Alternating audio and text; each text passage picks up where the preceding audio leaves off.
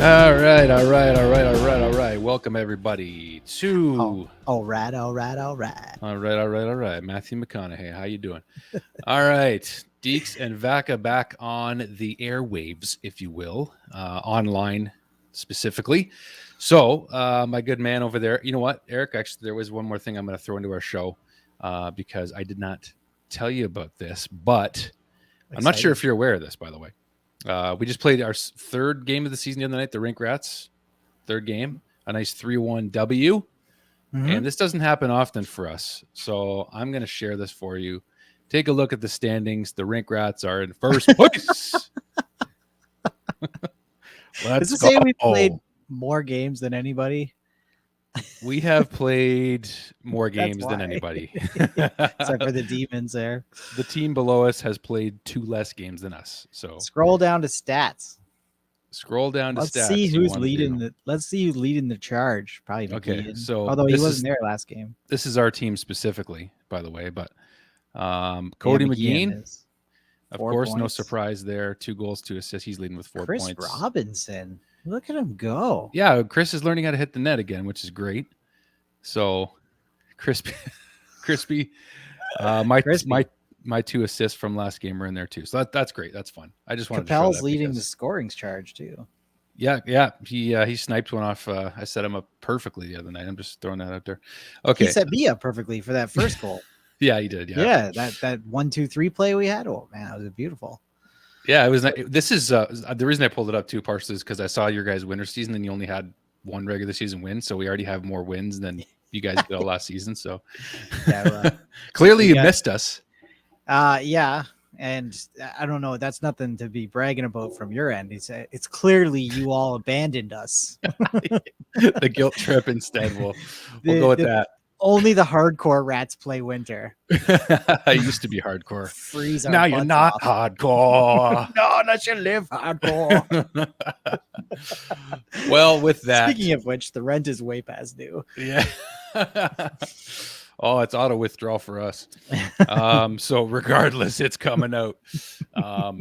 Okay, my man. So what are we going to talk about today? Well, I know what we're going to talk about because I have the subjects lined up. So it's going to be 3 topics today. We're going to hit them real quick. So NHL Trade Deadline just passed us. So we're getting to this like a little bit late. Obviously, it's a week after the deadline, but you and I are busy bees. So we're trying our best to get on this when we can. So for those that normally tune into my show on this channel, thank you for watching and giving us a chance here because we cover hockey wide, mostly NHL league wide content. So if this is your first time tuning in, we thank you for that. And we're going to get into some other stuff here, including NHL Playoff Salary Cap. This is in the talks right now at the GM meetings in Florida. So that's all going on right now. And then fighting. This is going to be probably the deepest topic we'll go into, relating to, of course, the Nathan MacKinnon fight with Matt Dumba the other night, where MacKinnon is now hurt because of that fight. And it could be longer term. They have not said whether or not it's going to be long or short term. So what I heard today is it does not look good. Yeah, like worst timing ever in the season too.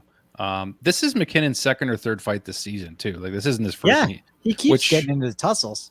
Which like all power to him in terms of standing up for your teammates like that. That's why you cheer on guys that don't normally fight to fight when they're just simply standing up for their teammate, which is what he was doing. But sometimes too, when you see a star get into a fight, sometimes they're just standing up for themselves because they're going to take the most abuse, right? Like every time you pick up the puck, you're getting a chop or you're getting a bump, and everybody gets in your face and tries to get under your skin. So a lot of those times, the frustration starts to boil over for a star, and then he just goes off. Yeah. Well, why don't we just leave it this then, V? So sure, yeah. So we'll just get right into this because I know that you have a lot to say on it, and we know that this was the fight the other night between these 2 gents. There's another angle for you on it, but I mean, I'm not sure how. Like, I don't think Dumba's a slouch, but I don't know. Dumba's got some toughness. Yeah. Yeah. Like I got him in fantasy hockey, but not for fighting.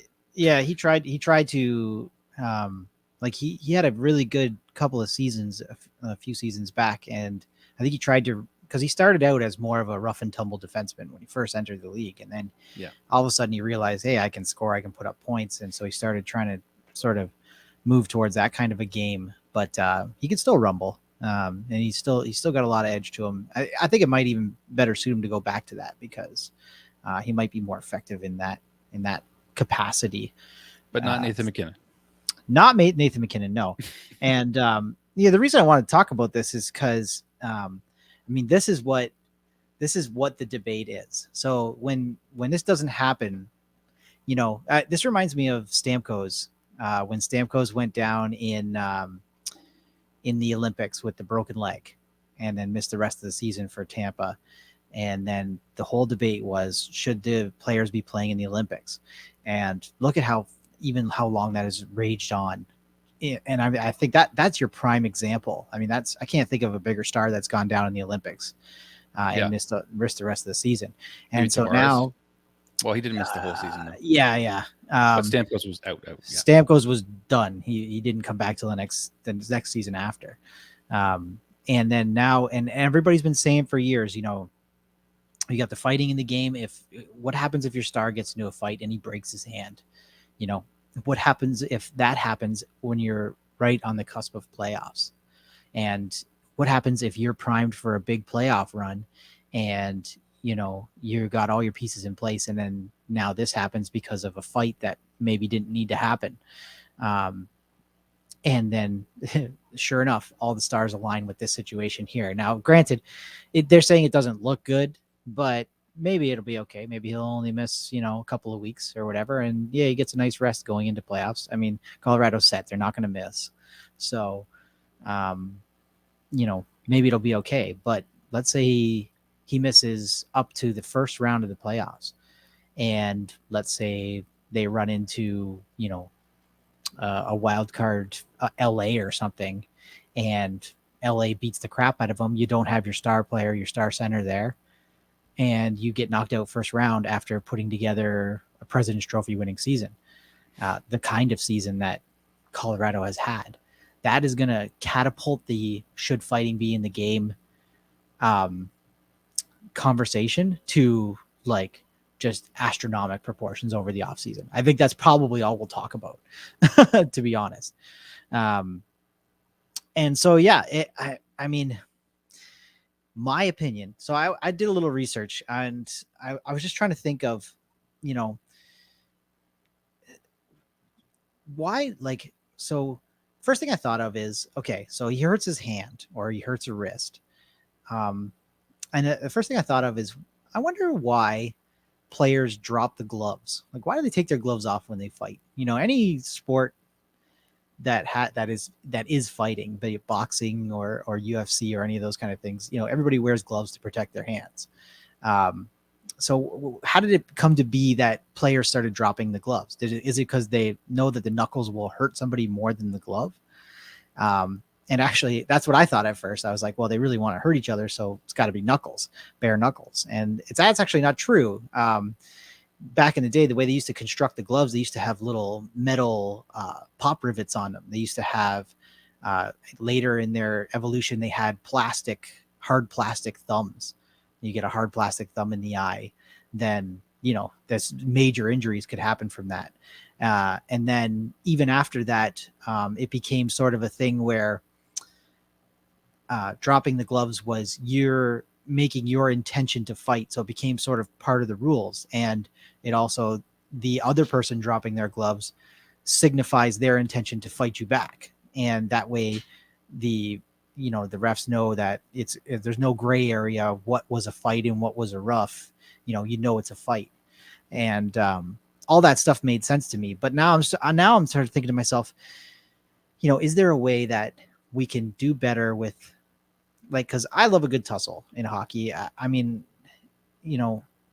It's a gladiator mentality. It's an old school mentality. But I definitely enjoy, when a fight happens and I'm at a game, I'm standing up with the rest of the people, when it happens, when I'm sitting at home, that's one of the parts of the game where, you sort of perk up in your chair, you sort of lean forward and, I hate to feel like a complete meathead, but I do like it. I enjoy it. And I think it's traditionally a decent part of the game. So I'd never advocated for taking it out of the game, but would I want to lose Austin Matthews from the Leafs for the rest of the year over fight with a random defenseman during a regular season game? No, I wouldn't. And to that being said, do I want even to lose any player on my team over that because somebody took a liberty with Austin Matthews and then they felt like they had to go fight? So let's say, TJ Brody's on the ice and, somebody slashes Matthews in the head or something. And he's like, well, I can't let that happen. Now I have to go over there and fight. And now you lose this defenseman for the rest of the season over this fight. I just don't see it being, as much as I love it, I don't see it lasting. I feel like, especially with this MacKinnon situation, it's going to even put more of a spotlight on it for the players. And they're going to think to themselves, why am I going to bother getting into a fight and risking, because everything's so tight now. I mean, it used to be you could get signed for, 10 years, no problem with the same team, and you didn't have to worry about it. But now you're evaluated every couple of weeks. Are you going to take 2 months off over a fight and maybe cost yourself a contract with the team, get yourself in a situation where you're being traded around just over a simple tussle with a guy? I don't see it lasting long, unfortunately. I think it's going to be one of those things that just sort of fades into the background and we just don't see it very often anymore. Now, is it specifically because of the star players, or because those are the guys that are going to impact the game the most, right? Well, not only that, but it's not. They're all star players now. Like, yeah, you have your ones that are set, that are high echelon above, like, your Crosbys, your Ovechkins, your top players on every team are your star players, quote unquote. But now to make a playoff run or to last in a regular season, you have to have all four lines clipping, take a look at Toronto. And as much as I hate to pick on the guy, take a look at Simmons. Here's a guy who's brought in for his toughness, brought in for his ability to stand up for and defend his teammates. Amongst other things, he's brought in for his leadership in the dressing room and all that other kind of stuff too. But he can't contribute as well as some other players that could be in the lineup when it comes to the score sheet. So more and more now, the longer that these players sit around in the lineup for the so-called the toughness and just don't do anything and are hurting the team against other fourth line teams, like other teams' fourth line that has skilled players. You match up the top two lines on any two teams and they can usually cancel each other out most nights if the teams are playing a good system. Then it comes down to your depth in your third and fourth line. And more teams are going towards, we want scoring third lines and scoring fourth lines. Then we want a third and fourth line that can beat you up, or at least a good checking and hitting fourth line, which is another thing. You don't want to lose those guys for fighting, because when Crosby comes over the boards and you're the Winnipeg Jets, you don't want to put out Scheifele against them, maybe for the draws and stuff like that, but you want to get your banging crunch checking the third line out there. And if your best third line center is now in the box for half a period, then Crosby runs amok on you for half a period, and half a period can own a game now, so I think that as much as everybody, it's sort of just, when they talk, they say, yes, we want to keep fighting. Yes, we like the tradition. Yes, it's a tough game and we need to keep it in the sport. I think behind the scenes and what people are thinking in the backs of their heads is we got to kind of get away from this. And I don't blame them. If MacKinnon's done for the season, I don't see how you can put an argument against it. Yeah, it's not going to go away until like someone gets, I just don't even like saying the words, but like someone gets really badly hurt. And last year with Corey Perry, incidentally running into Tavares and that whole ugly incident that ensued, and then Foligno just having to drop the gloves just because, like, does that need to happen? No, it didn't. And I think everyone kind of agreed. It just seemed like, he just didn't know what else. Like, there had to be some kind of reaction because it was their captain. And if that was Alexander Kerfoot, like, would he have done that? I don't know. Probably not. But just there's becoming less and less of a place for it, and that's always the debate, constantly, all the time. Now this was thrown around on, and I think Jen Botterill, who's on Hockey Night in Canada, it's her opinion. She's allowed to have it, but she thinks there should be harsher consequences for fighting. Like, you know, if you fight, you're out of the game, and that's it. Basically, like, Yeah, you know, they like do that junior hockey in they do that in European leagues as well. If you fight, European rules, it's yeah. an injection. Yeah. Okay, so what do you think about that notion? Is that too far, or like is she kind of getting, like, I understand where she's coming from, because she's talking from like a parent perspective, raising kids to play the game, and it's dangerous, and parents are concerned if that's going to be part of the game going forward, right? So they don't want to put their kids in hockey if they know that that's what it's leading to, Yeah. is potential brain damage, you know, if that happens, you know. So what do you think about that? Yeah, no, I agree. And it started too, like we started getting way more hand injuries from fights right at the time when they made it illegal to take off your helmet for a fight. Because I remember a short window of time where if you were going to get into a scrap, you had to take off your helmet. Like that was it's in junior hockey anyways. Both guys take off their helmet, throw them to the side, and then go at it. But then they realize, hey, as soon as a guy goes down, his head's smacking off the ice with no protection. Yeah, we just can't have that with concussions and stuff like that we've had.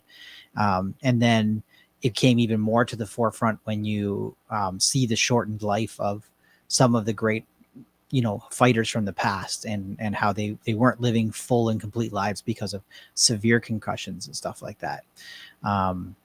So I get, and I heard that thing with Jen, and I was actually talking with a guy online who used to play for us on Rink Rats, and he had made a post about it, and I had responded, and he responded back, and I decided really not to get into it with him because I really wanted to just sort of address it on here. I thought that would be a better idea. But yeah, I mean, I get it. And you know what? No kid nowadays wants to be a fighter. No kid wants to make the NHL on their fist merits. yeah. And a lot of the young kids now, if that's going to be your path, it's going to be even harder and harder. Now, you know, I think come 5-10 years, if you don't, your skill to be able to fight is just going to be, it might even hurt you in your path to the NHL now. I mean, you're still going to have to be tough. You're still going to have to hit. You're still going to have to skate. You're still going to have to go to the ugly areas, into the corners, take the abuse, block the shots. There's lots of toughness that's required in the game. But with more and more people getting hurt on this, I think you'll see less and less people even trying to do it. You know, more kids nowadays aren't even interested in fighting. They're interested in doing the Michigan. You know what I mean? That's what they want to do. They don't want to go out there and scrap with everybody else. You get the odd one there, though, you know, was, you know, raised on a farm and just wants to beat everybody up or something. But not that I'm saying farmers are all fighters, but you know what I mean? Like, it's just a more old school mentality. And yeah, I think that players should stick up. Another big part of the debate is, well, you know, it's a self-policing from the players that, you know, if a guy runs your star player, then you got to go fight him. And that's what's going to police it better than the refs and the Department of Player Safety. So if the Department of Player Safety actually wants to get the fighting phased out and they want to start protecting players from fights, the best thing they can do is do their job much better. And, you know, hand out severe suspensions and fines and be consistent with it for intent to injure plays.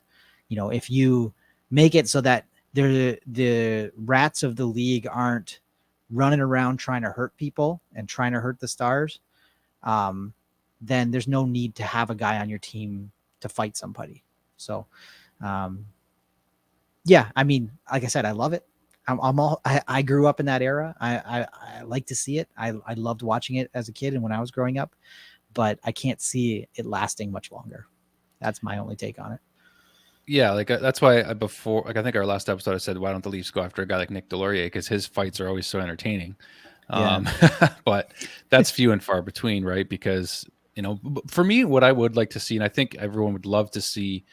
Now, this wasn't a good way to do it. Like Matthew's getting more physical, for example. You're a Leafs fan, so obviously that's why we revert to the Leafs a lot. But I watch a lot of Leafs hockey too, and I think you want to see more physicality out of a guy like that who has the size to do it. Mm-hmm. But if he does decide to drop the gloves, like, all right, like let him do it once so it's over with. Like if it's absolutely necessary, maybe, or something. Like, I don't know. I mean, I think that, like you said, it's not worth the risk. But I don't know. Well, I mean, if he's done for the season and the playoffs, you know, and let's say Colorado wins the cup, how many chances do you get nowadays to go on a cup run? Not many. And are you going to screw up your chance to raise a Stanley Cup over fighting Matt Dumba? Yeah. I Is it think really worth it? no, it's not. It's not. That's the short answer. Yeah, and then I taking the helmet things off, I forgot to mention. So now you have to keep your helmet on. Now we've phased in visors. Now this is what people are punching. Why anybody goes for a You're gonna face cut your punch? hand, Why anybody goes for a face punch in a fight in an NHL? I have no idea. There's 75% things that are just going to destroy your hand. They're designed to take a slap shot, 100-mile-an-hour slap shot from a puck. You're going to mangle your hand into the worst piece of hamburger you can imagine. And in what? So that you can try to get underneath the visor and maybe catch a guy on the jaw a little bit. But even that, there's plastic things here. And I just don't see it. I mean, if I ever got into a fight in the NHL, I'd be going for just body shots all the time. I'd be going all just cover up and just down low. Yeah, like you're gonna have to watch like a Milan Lucic fight to learn how to fight properly. Because that guy I mean, you don't want to fight him anyway, but he doesn't wear a visor, so you have a chance of contact there. If you have a chance of contact on his head, which it's very hard, but he does body shots too. That's what I was gonna say. Like he used to do UFC training in the off season. So, but let's shift gears to the trade deadline. I just want to get your take on some trades that we saw come through, and we know, of course. The Leafs, what I do like is that they addressed their biggest need, and which continues to be the biggest need, which is defense, and going after Mark Giordano. But I mean, but if Jack Campbell comes back healthy, then I still think, especially after last year, like having to sacrifice a first-round pick for Nick Foligno, who did nothing for you. Yeah, that was not good. Giordano is worth the gamble, and Dubas was able to swindle a second-round pick. Or or swindle the deal into giving a second round pick rather than a first. So if you want to give your take on that from a Leafs fan perspective first, and then, I liked it. I like Giordano's. Like I like bring him in, even though he's a little bit older. But I thought that Dubas did a good job saying no first round pick, no Matthew Nyes, unless you're giving me the planet.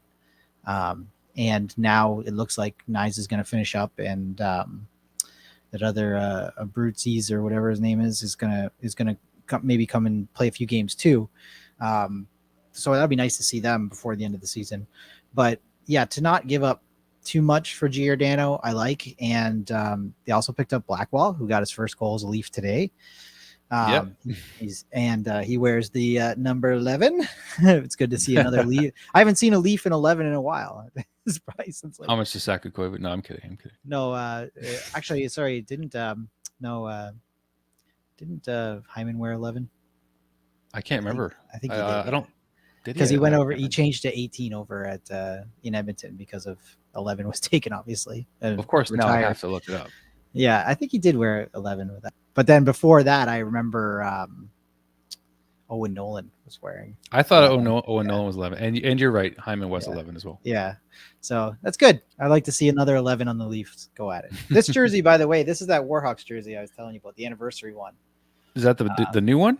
Yeah, this is the new one. It's got it was a 10th anniversary. I don't know what I was talking about with 20, but 2000. It's got a nice little 2012. Oh, I see it. Yeah, that's beautiful. They're beauty jerseys. I love them.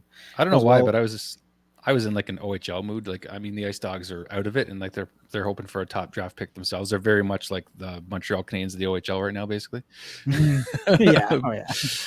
Which is fine with me. But in terms of other deadline moves, Eric and I were kind of just getting off topic, which is what we do. But I do have. I don't know if there's any trades. Is there any other trades that come to mind that you liked or didn't like? I mean, everyone talked about the Dadonov kerfuffle, but like, is there any ones that you can think of that you liked or didn't like, or that you just want to talk about? So I thought that your team absolutely fleeced Florida for Ben Sherratt. I don't. That was before deadline day. That was before, yeah. But I'm counting it, Okay. And anything up to in a week is deadline, But I thought that. I mean, Sherratt's a good player, but that's a lot. That's a lot to give up for him. A first, a fourth, and Smolanic or whatever his name was. Ty Smolanic, yeah. And I'll tell you, I really liked. The funny thing that I wanted to mention about the deadline. I mean, I don't think there was very many surprises. Everybody that we thought was going to get moved got moved. I didn't like the fact that we had to give up Travis Dermott for just a pick, but you got to do what you got to do, and he's played well for the Leafs, and we'll miss him. But I really liked Marc-Andre Fleury to Minnesota. That was fun. I liked the Giroux trade to Florida. I think that I'm excited to see if Giroux can help them get over the hump and actually win a playoff round. Which Florida was fun. Like they were really fun. Like, yeah, they're in a good little window right now. Yeah. So, and then, but I think the main thing I wanted to mention about the trade deadline, which is, it's kind of interesting because, I've been saying this for years, but it hasn't really been a situation that, has come up where it's made it as poignant as it was this year, which is, where did we see all of the action? All of the action was in the East, because the difference between the second wild card spot and the person just outside on the bubble is like 15 points, or at least it was at the trade deadline. So, everybody who's in, they know they're making it. Everybody who's out, they know they're out. So the buyers and sellers are so clearly defined over there, that you get all the action there.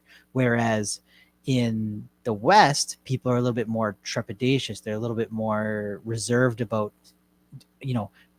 really, we might not even make the playoffs. Should we buy? No, we can't give up future assets just in case we don't make it.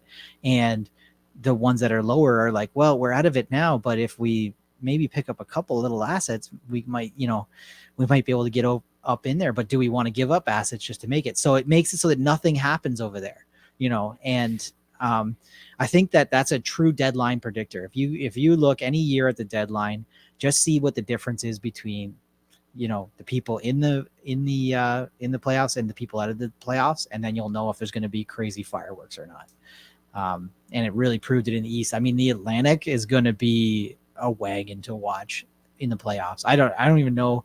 Like, I'm going to be so, like, my heart's going to be so pumped out by the time the Western games get on afterwards. And I'm probably going to fall asleep watching them, just because of all these crazy players that are going to be playing each other in the first round for the East. It's going to be wild. And everybody loaded up. Rangers loaded up,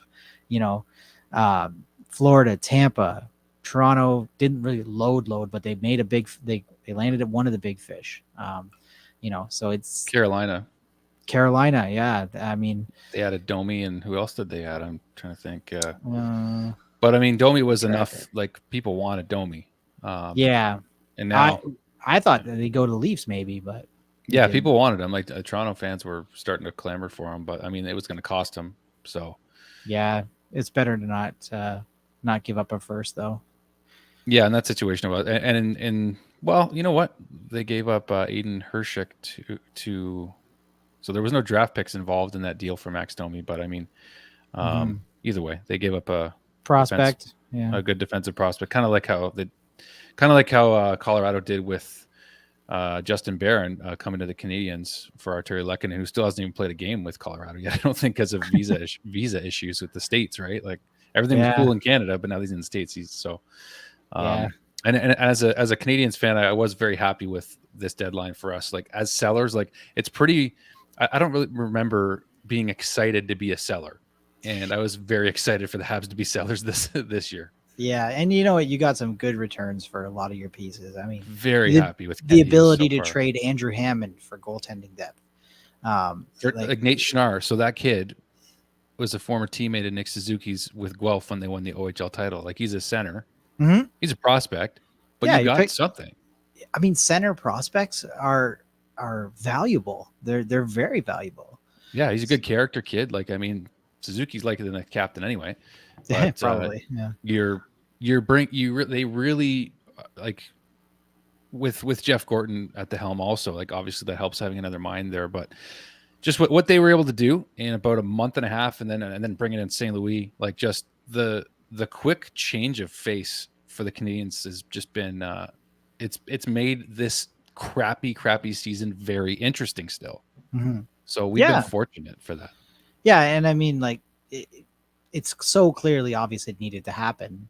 I mean, yeah, and it's not done yet. Like, they're not done selling either. No, so summertime they're going to be selling more. Like, Petry's for sure. Weber's contract. What are you doing with Carey? So a lot of things to consider still. But for sure. And it's you know, been it's nice. it's exciting time for you guys because you already have a good core of young prospects that are breaking into the league, And and they're now still adding you're just two more adding drafts. assets now, pieces like Yep. crazy. It's going to be a couple more years. Montreal will be like a true contender. It won't be a flash in a pan like last year. It'll be And a real true they'll contender. be like, I think if they do, I think they're doing it right, and their plan is to do it right, is that they're going to remain good for many years to come. That's the whole point, right? So that's what's exciting, is that you're really building for the future. And they have 2 first-round picks in the next 2 drafts, which are pretty loaded drafts, especially 2023, the Connor Bedard Yeah, sweepstakes. So yeah, honestly, like, it's the best possible time to do this, and they're fortunate to be in that position, as weird as that yeah. sounds. And you could, package some of those picks together to make sure you get number 1 too. Oh yeah, like that's the thing, and Ken Hughes mentioned that, and he's so transparent. Like, the Canadians have moved on from the old school way of doing things and keeping everything hush hush. And It's about time. It was Mark Bergevin's show. It was clear, but it was about time. And like, everything's changed. Like, the communication with the fans, like, it's so transparent. Kent Hughes is telling reporters on trade deadline day, we tried to move Jeff Petrie. We told him we were going to try, but if it wasn't there, we weren't going to do it. Like, you never would have heard that at Mark Bergevin. Like, Yeah. it was just so refreshing, man. Like, we love this guy. Like, he's a player agent. There's so many positives there. Not to burst your bubble too much, but you can do it. Go ahead. I need another perspective. Go ahead. Leafs fans went through this as well, and we had a few years of tanking, and we picked up, prospects like Marner and Nylander and all that stuff, and then we signed Mike Babcock, and he said words that I still say today all the time. If you don't think there's pain coming, there's pain coming. And Bergevin was part of the Babcock mindset, though. Yeah, but I'm telling you, like, you're doing school. like Montreal's doing a great job right now and everything else, but you do have pain coming. Like, even though, because you're going to start building and then you're going to start getting these heartbreaks, right? Like Toronto has got as well. Where you got a young team and they're showing signs that they're going to be a true contender, but then maybe they won't have quite the demons that Toronto does, but because the culture is a lot different. Yeah, no one does, but the culture is different. But at the same time, there's going to be some heartbreak years too, but they just keep the faith, and hopefully they'll build up to what they need to be for sure. Yeah, like with Nick Suzuki, and like the Canadians had no business being in the Stanley Cup last year. Like, I'm not afraid to admit that. Like, it was a very fortunate run. It was fun. It was inspiring. We say no, but I think they did. I mean, given the Canadian division, though, like, that's not a circumstance that ever is going to happen again, maybe. But then when they made it to play Vegas, everybody counted them right out of there. So, well, yeah, they blew through Canadian division, fine. Look at Vegas now. Powerhouse team's going to destroy you. And no. Yeah. They rolled over Vegas like nothing.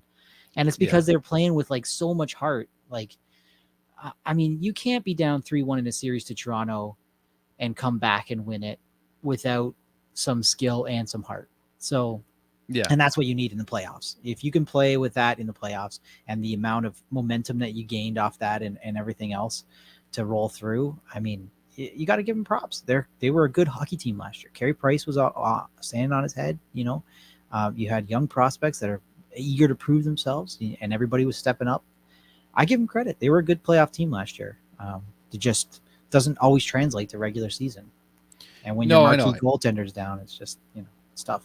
Yeah, like, don't get me wrong. Like, we enjoyed it. It helped our Habs Tonight show take off because it was our first season and we just went to this cup. It was nuts, right? But what I meant was, in circumstances even prior with the bubble, like, the Canadians were 24th and they got in, and then, the Canadian division, those circumstances kind of worked in their favor, right? And they were able to add to Foley. They were able to add Josh Anderson, add Corey Perry. Like, we missed Corey Perry more than anybody at the beginning of the season. And Joel Edmondson, they added Joel Edmondson. Like, it was a perfect, it just kind of gelled together at the right time. Mark Bergevin was able to end his era mostly on a high note, almost the highest note possible, second highest note possible by just getting to the final. But yeah, I mean, I could go on about that, but what I meant by that was just that the circumstances from, like, a overall perspective weren't favorable. It was very fortunate for them to be there. And I know what you mean by heart, because I remember your Facebook post and you were like, in the first round, they surprised me. Second round, in the third round, like against Vegas, they inspired you. I remember you saying that. Yeah, anyway, I remember that. Yeah. And they did that to everybody. They inspired the whole nation at that time. Sure. And that's why it's a proud thing to have your team go as far as they can go. But if we stay on this too long, we're not going to finish the show. Yeah. All I'll say about that, just to finish it up, is that, there's teams that I just absolutely despise, especially growing up. Boston. Montreal was one of them. Boston was one of them. Ottawa was the other one. There's 3 teams that I cannot stand all my life. And for a team to play so well with so much heart, me being a hockey fan first, to get on that wagon, that takes a lot, and they really put it together to make that happen. So I give them all the props in the world for last year. It was fantastic to watch. Yeah, it was fun. And actually what I got totally lost in what I was going to say was, Nick Suzuki came on our show with Dale and one of our other co-hosts on Habs Tonight. And he was talking about how he watched, he put himself through the pain of watching Tampa carry around the cup. Yeah. Because he wanted to know, or he wanted to just, take it all in, but he wanted to experience that so that he could try to take the Canadiens back there as fast as possible.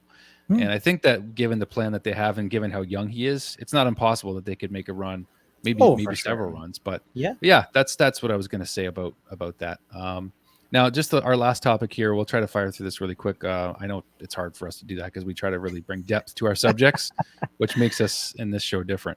But the NHL Playoff Salary Cap. So we know what happened with Kucherov last year, and that doesn't seem to. So this is staying the way it is in terms of the salary cap for the playoffs specifically.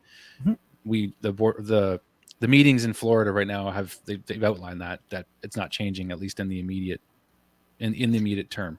Yeah. So, but you wanted to chat about this, and you have some thoughts on it. So yeah, sure. So I mean, it's not the big hurdle is that if they're going to change something about this, they have to renegotiate collective bargaining, and we all know where that leads us. And let's not even say the words because we don't want to jinx it. We finally got hockey for a good period of time here. Let's leave it be.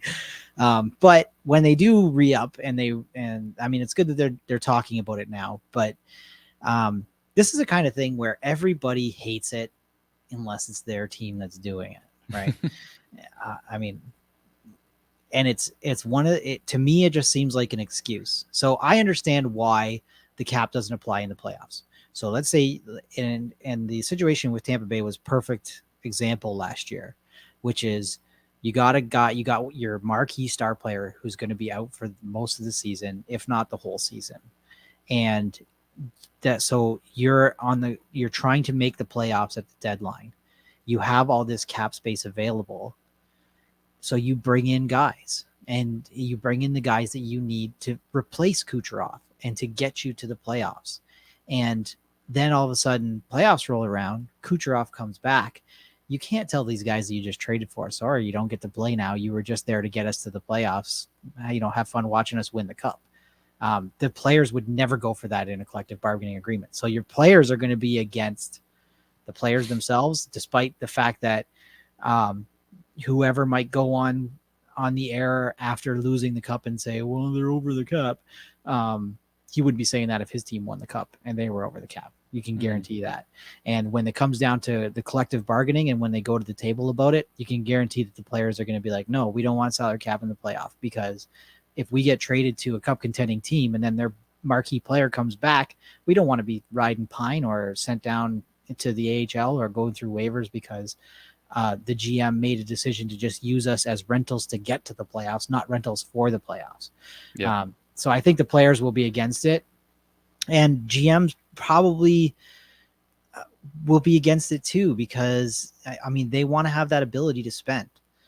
So the only thing that needs to be looked at in this situation is if teams are skirting the rules with their players when it comes to coming back. So for example, if the Leafs are, I haven't looked at cap friendly since the deadline, but if the Leafs are over the cap when Muzzin comes back, if they say, well, we're going to keep you out till playoffs, even though he's ready to come back with 15 games left in the season, I think that should be addressed. And, do I have the solution? I don't have the solution. I haven't thought about it deep enough to think of an idea that would solve that problem. But I think that I remember when Joffrey Lupul was trying to make the Leafs years ago, he'd gotten into some trouble because he tweeted, apparently I failed my physical. The Leafs cheat so much or something like that, because he's thinking that they're trying to not have to pay him, and keep him on LTIR. And that was just sort of a little hint into this undercurrent of a world of what's going on behind the closed doors that we're not allowed to look at, and do they have their own doctors that can look at, do they have a team doctor that upper management says, you go check out Muzzin and you tell him he's not good to play till the playoffs. You know what I mean? So maybe we have to get into a situation where we have objective doctors evaluating these players that don't have a vested interest in the team, those kind of things. And those things will all have to be negotiated into collective bargaining as well. So I think that's where the answer lies. I think for now it's fine to just leave it like it is. Yes, some teams are going to load up when they have their marquee players out. If you're cheering for your team, if I'm cheering for the Leafs and Austin Matthews breaks his leg in February, yeah, I want them to go spend $11 million at the deadline to make sure we make the playoffs. You have to, because you have this great season that you've put together up to this point. Your star player goes down. I mean, you have to spend that money to get your team to the playoffs. And if that's what it takes, then Austin Matthews comes back, well, so be it. And I would try to be objective and say the same thing if it was a team that was playing against me, because I would try to say to myself, yeah, okay, it sucks that we're going to get capped like this. But if it was my team doing it, I would have to support it. So objectively, as a hockey fan, I have to keep supporting it. So that's where I'm at with that anyway.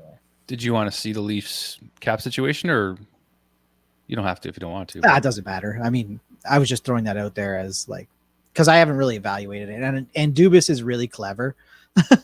So yeah. I'll throw it. I just cap threw it space up. 91,000. Yeah. So yeah, it says current cap space 1.2.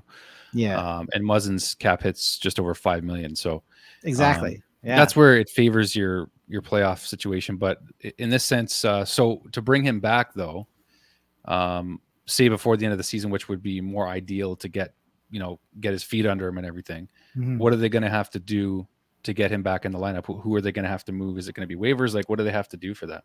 They have to. They're going to have to. You don't have the option to. Well, I mean, you can still make trades after the deadline. Just whoever you trade for can't play in the playoffs. Yeah. So, I mean, you could move somebody out for future considerations, but are you going to move an asset that's worth $5 million out for future considerations? No, you're not going to do that, or even picks or anything like that. But yeah, it's going to come down to a lot of guys that should be playing riding pine in favor of cheaper players until the playoff rolls around. And a big problem with that is that, let's say you do sign Matthew Nyes and he comes up and he plays. You don't want him to play more than 10 games because then you burn a year of his contract. But if you need to do it for cap situation, you might have to eat a year of a contract because you went over the cap on your trade deadline deals. Dubas is pretty clever. I'm sure he's got some kind of, idea in his pocket of how he wants to do things.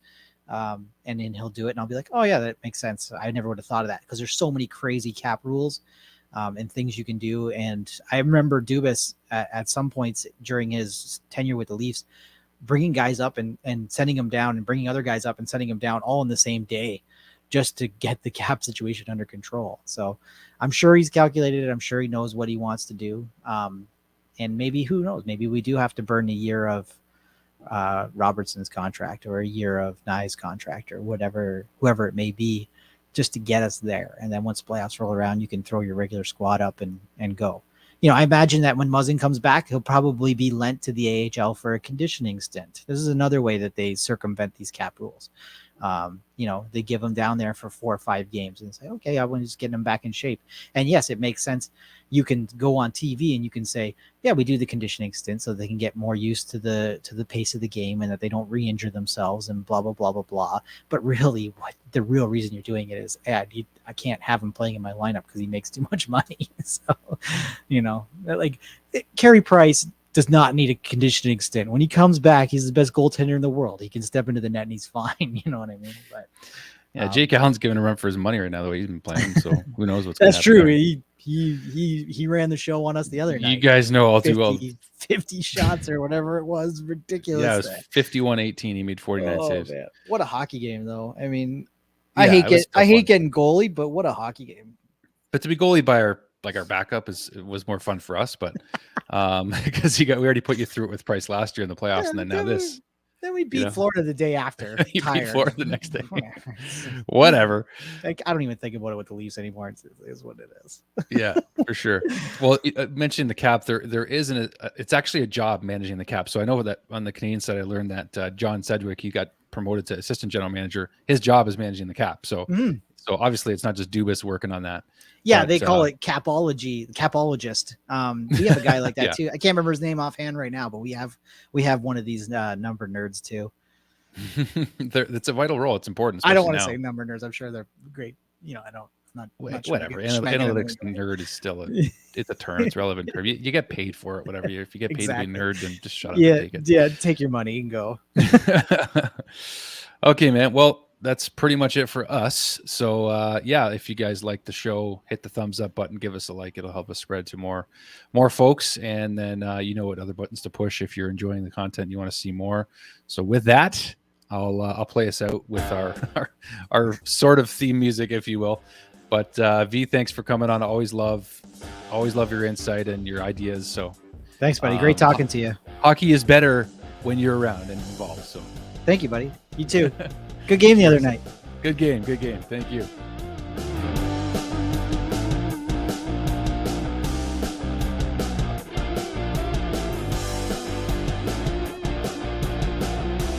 Eeks and Becca is brought to you by no one, because we don't have sponsors yet, but that's okay. Just watching Days of Thunder. We got ourselves a sponsor. Thanks for watching, everyone.